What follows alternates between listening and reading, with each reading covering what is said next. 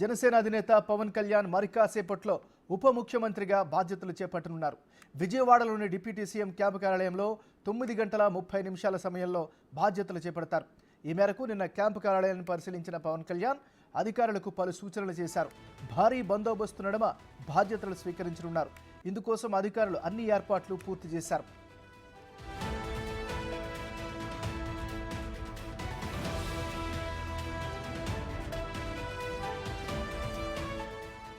పవన్ ఉప ముఖ్యమంత్రి హోదాతో పాటు పంచాయతీరాజ్, గ్రామీణ అభివృద్ధి, పర్యావరణ, అటవీ, శాస్త్ర సాంకేతిక శాఖల బాధ్యతలను పర్యవేక్షిస్తారు.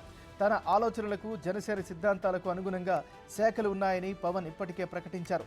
బాధ్యతలను స్వీకరించనున్న తరుణంలో జనసేన వర్గాల్లో సంతోషం వ్యక్తమవుతోంది. అభిమానులు సైతం సంతోషంగా సంబరాలు చేసుకుంటున్నారు.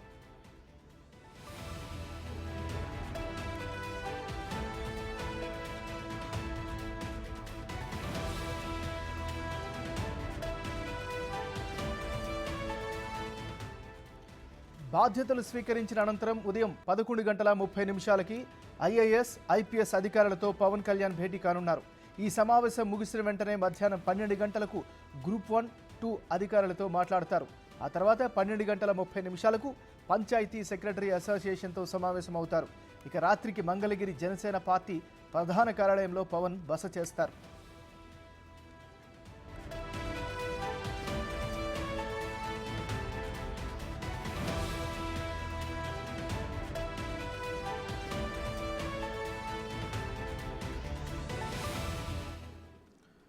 బుటెల్ మనం బ్రేకింగ్ న్యూస్ చూస్తున్నాం. జనసేన అధినేత పవన్ కళ్యాణ్ మరికాసేపట్లో ఉప ముఖ్యమంత్రిగా బాధ్యతలు చేపట్టనున్నారు. విజయవాడలోని డిప్యూటీ సీఎం క్యాంప్ కార్యాలయంలో 9 గంటల 30 నిమిషాల సమయంలో బాధ్యతలు చేపడతారు. ఈ మేరకు నిన్న క్యాంపు కార్యాలయాన్ని పరిశీలించిన పవన్ కళ్యాణ్ అధికారులకు పలు సూచనలు చేశారు. భారీ బందోబస్తు నడుమ బాధ్యతలు స్వీకరించనున్నారు. ఇందుకోసం అధికారులు అన్ని ఏర్పాట్లు పూర్తి చేశారు. ఇక ఇదే అంశానికి సంబంధించి మరింత తాజా సమాచారాన్ని మా రిపోర్టర్ మల్లికార్జున అందిస్తారు. మల్లికార్జున చెప్పండి. నాగరాజ్, ఏదైతే ఉందో 9:30 తర్వాత జనసేన అధినేత పవన్ కళ్యాణ్ డిప్యూటీ సీఎంగా బాధ్యతలు ఏదైతే క్యాంపు కార్యాలయం విజయవాడలో కేటాయించడం జరిగిందో ఆ క్యాంపు కార్యాలయం వద్దకు కూడా రాబోతా ఉన్నారు. 9:30 నుంచి 10:30 ఆ సమయంలోనే బాధ్యతలు అనేది స్వీకరించబోతున్నారు. దానికి సంబంధించి ఏదైతే వాళ్ళు కేటాయించారో డిప్యూటీ సీఎంతో పాటు పంచాయతీ, గ్రామాభివృద్ధి శాఖలను ఏదైతే కేటాయించారో సుమారు 7 శాఖలను ఆయన కేటాయించడం జరిగింది. సాంకేతిక, అటవీ శాఖలను కూడా కేటాయించడం జరిగింది.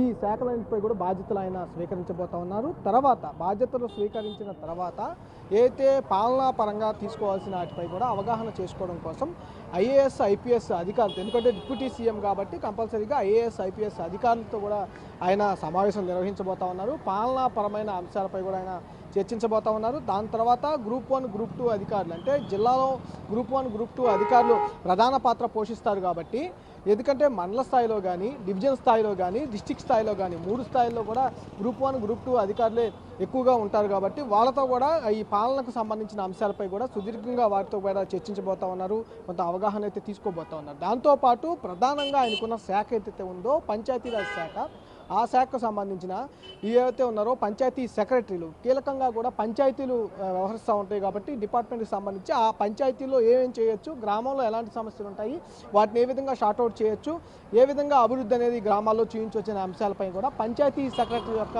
సమావేశం నిర్వహించబోతున్నారు. దాంట్లో వాళ్ళ యొక్క సలహాలు, సూచనలతో తీసుకోబోతా ఉన్నారు. ఎలాంటి సమస్యలు ఉంటా ఉన్నాయి, ఆ సమస్యలు బేస్ చేసుకొని ఎలా చేయొచ్చు అనే అంశాలపైన ప్రధానంగా తీసుకోబోతున్నారు. ఎన్నిటిని ఆయన 11:30 నుంచి 1 గంట వరకు కూడా సమావేశాలు నిర్వహిస్తారు. బాధ్యతలు తీసుకున్న అనంతరం ముందుగా ఐఏఎస్, ఐపీఎస్ అధికారులతో సమావేశం, తర్వాత గ్రూప్ 1, గ్రూప్ 2 అధికారులతో సమావేశం, చివరగా పంచాయతీ సెక్రటరీల అసోసియేషన్ సుమారు 60 మంది సభ్యులు ఎవరైతే అసోసియేషన్లో ఉన్నారో పంచాయతీ సెక్రటరీలు, వాళ్ళతో సమావేశం జరిగిన తర్వాత నేరుగా ఏదైతే క్యాంప్ ఆఫీస్ ఉందో, బాధ్యతలు తీసుకున్న క్యాంప్ ఆఫీస్ ఏదైతే ఉందో ఆ క్యాంప్ ఆఫీస్ నుంచి నేరుగా జనసేన కార్యాలయానికి వెళ్ళబోతా ఉన్నారు. అక్కడ నాయకులు, కార్యకర్తలతో కూడా ఆయన సమావేశాలు నిర్వహించబోతా ఉన్నారు.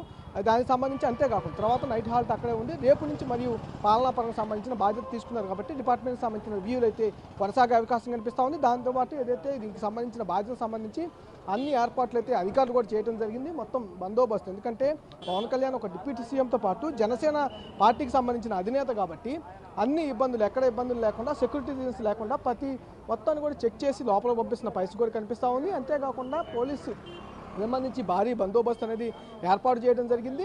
ఎక్కడా కూడా ఎలాంటి ఇబ్బంది అనేది రాకుండా ఉండేందుకోసం కూడా భారీ భద్రత అనేది ఉదయం నుంచి కూడా కొనసాగుతున్న పరిస్థితి కూడా కనిపిస్తూ ఉంది. మరి కాసేపట్లో అయితే పవన్ కళ్యాణ్ ఇక్కడికి రాబోతా ఉన్నారు, బాధ్యతలు అనేది స్వీకరించబోతా ఉన్నారు. నాగరాజ్.